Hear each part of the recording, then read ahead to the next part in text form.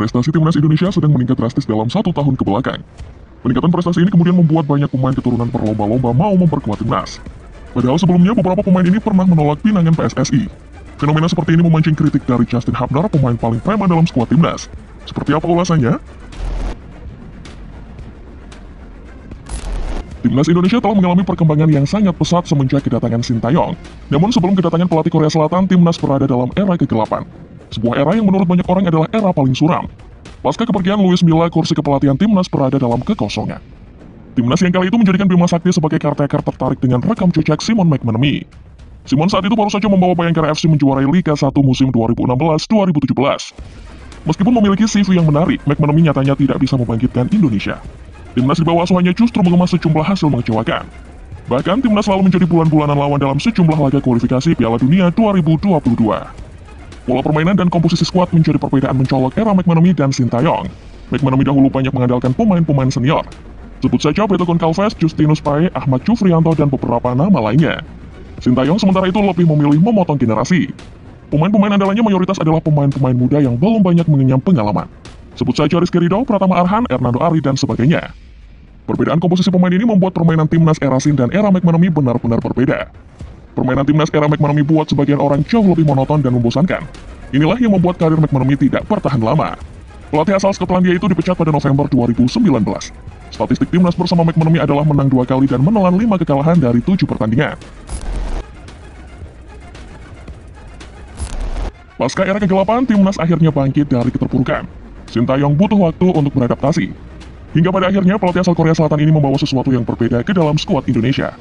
Sintayong membawa timnas Indonesia menuju sejumlah prestasi yang bahkan belum pernah diraih sebelumnya. Sintayong membawa timnas lolos ke Piala Asia untuk pertama kalinya dalam 18 tahun pada 2023. Kemudian yang terbaru, Sintayong membawa timnas menuju putaran ketiga kualifikasi Piala Dunia 2026. Padahal pada edisi-edisi sebelumnya, prestasi paling bagus timnas hanya mentok sampai putaran kedua. Semua prestasi timnas era Sintayong terjadi karena beberapa faktor. Faktor terbesarnya adalah banyaknya pemain diaspora alias pemain keturunan asing dalam skuad. Terlepas dari kontroversi yang meliputinya, para diaspora ini telah menambah kualitas sekaligus pengalaman ke dalam skuad Garuda. Terhitung sampai pertandingan terakhir melawan Filipina, ada 12 pemain keturunan dalam skuad Indonesia. Elvin Verdong menjadi nama terakhir dalam daftar ini. Ditambah nama-nama lain seperti Rafael Struijk, Nathan Choaon, Tom Hai, dan Justin Hubner. Dari awal, penambahan pemain-pemain diaspora memang menjadi proyek utama PSSI dan Sintayong. Bahkan setelah 12 pemain yang telah didapatkan, proyek ini masih berlanjut. Ketua Umum PSSI Erick Thohir bilang program ini akan jadi program jangka panjang. Prestasi timnas Indonesia yang sedang meroket membuat tim Garuda menjadi daya tarik. Tidak cuma bagi para fans, tapi juga bagi para pemain yang memiliki darah keturunan Indonesia. Perkembangan sepak bola Indonesia yang begitu pesat telah membuat sejumlah pemain keturunan melirik kesempatan untuk bermain di timnas. Fenomena merebaknya minat memperkuat timnas rupanya menarik perhatian Justin Hubner. Hubner yang merupakan salah satu penggawa timnas memang sedang rajin menyuarakan aspirasinya di media sosial. Sekarang ia mengkritik para calon-calon pemain keturunan yang baru berminat membela Indonesia saat prestasi timnas sedang naik. Kritikan Hubner ini diunggah oleh sang pemain lewat Instastory pada Jumat 14 Juni 2024. Caption yang ditulis Hubner dalam unggahan itu mengatakan kalau banyak pemain keturunan menolak tawaran timnas ketika sedang terpuruk. Lalu beberapa dari mereka sekarang malah dengan senang hati mengenakan logo Garuda di dada saat prestasi timnas berada pada puncaknya. Kritikan yang diberikan Hubner bahkan sampai mendapat sorotan media Malaysia Astro. Hubner tidak menyebut spesifik kritikannya itu ia tujukan kepada siapa. Namun Astro bilang kalau kritikan ini ditujukan pada pemain-pemain yang sedang melakukan lobby-lobby agar bisa bermain untuk timnas. Spesifik soal kritikan Hubner, memang benar ada beberapa pemain yang pernah menolak timnas. Kala itu beberapa dari mereka punya beragam alasan. Salah satunya karena menganggap level timnas masih belum memenuhi ekspektasi mereka. Kisah Emil Audero mungkin menjadi yang paling terkenal. Bulan April lalu, naturalisasi Audero disebut telah masuk ke dalam agenda PSSI pimpinan Erick Thohir.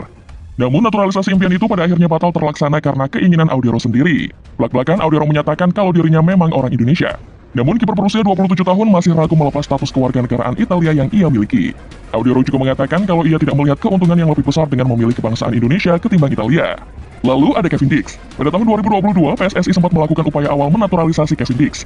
Sayang, pemain berdarah Belanda itu menolak proses naturalisasi, sehingga PSSI memutuskan tidak melanjutkan agendanya.